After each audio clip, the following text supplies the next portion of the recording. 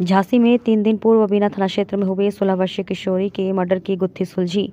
चाचा ही निकला अपने भतीजी का हत्यारा। मोबाइल पर पोर्न देखने का शौकीन था चाचा, भतीजी से करना चाहता था दुष्कर्म में नाकाम होने पर चाचा ने कर दी भतीजी के पत्थर से कुचलकर बेरहमी से हत्या के बाद पुलिस को करता रहा गुमराह। आरोपी पुलिस पर ही खुलासा का बनाता रहा दबाव और आज पुलिस ने आरोपी चाचा को गिरफ्तार कर संबंधित धाराओं में जेल भेज दिया है। एसपी सिटी ज्ञानेंद्र कुमार सिंह ने इस पूरे मामले का खुलासा किया है। सर, एक बबीना में एक किशोरी की हत्या हुई थी, क्या है पूरा मामला? बबीना थाना क्षेत्र में 29/12/2023 की सुबह में एक किशोरी की डेड बॉडी मिलने की सूचना मिली थी।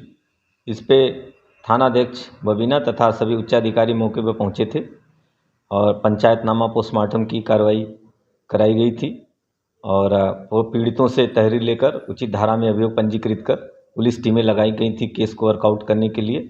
आज हम लोगों ने जो आरोपी उसको गिरफ्तार कर लिया है, जिसका नाम अनिल है, करीब उम्र इसकी 37 साल है। ये जो मृतका है उसका चाचा है।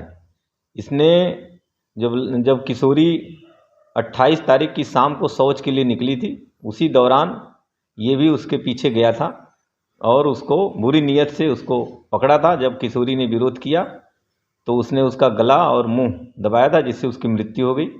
मृत्यु के बाद उसने पत्थर से भी उस पर हमला किया था, जिससे उसके सर में भी चोटें आई थी। आज केस को वर्कआउट करके इसको जेल भेजा जा रहा है और अग्रिम वैधानिक कार्रवाई की जा रही है। सर, ये बताया जा रहा है कि जो आरोपी चाचा है वो बराबर मृतका के खुलासे के लिए पुलिस पर दबाव बनाता रहा और पुलिस को बरगलाता रहा। इस बात में कितनी सच्चाई है? नहीं, बिल्कुल। ये जब से डेड बॉडी मिली थी, जो आरोपी है ये भी साथ में ही था, चूँकि ये मृतका का चाचा ही था तो डेड बॉडी के साथ में भी था और थाने तक भी ये आया था। जब हम लोग सभी संदिग्धों की लिस्ट बनाए तो उसमें इसका भी नाम हम लोगों ने रखा था, क्योंकि इसकी जो एक्टिविटी थी उसको हम लोग वॉच कर रहे थे तथा इसके जो मोबाइल्स थे, इसके अलावा अन्य जो संदिग्ध थे उनके भी मोबाइलों को हम लोगों ने देखा था। जो आरोपी है इसके मोबाइल को जब हम लोगों ने देखा तो इसमें लगातार इसके द्वारा पोर्न फिल्में देखी जा रही थी और बबीना थाने को भी सर्च किया जा रहा था। इससे और इस पे संदेह हम लोगों का गहराया। जब थोड़ी कड़ाई से पूछताछ हम लोगों ने की तो ये पूरा जुर्म को स्वीकार कर लिया और पूरी घटना का जैसे भी जो भी घटना जिस ढंग से इसके द्वारा की गई थी, संपूर्ण घटनाक्रम बताया इसने।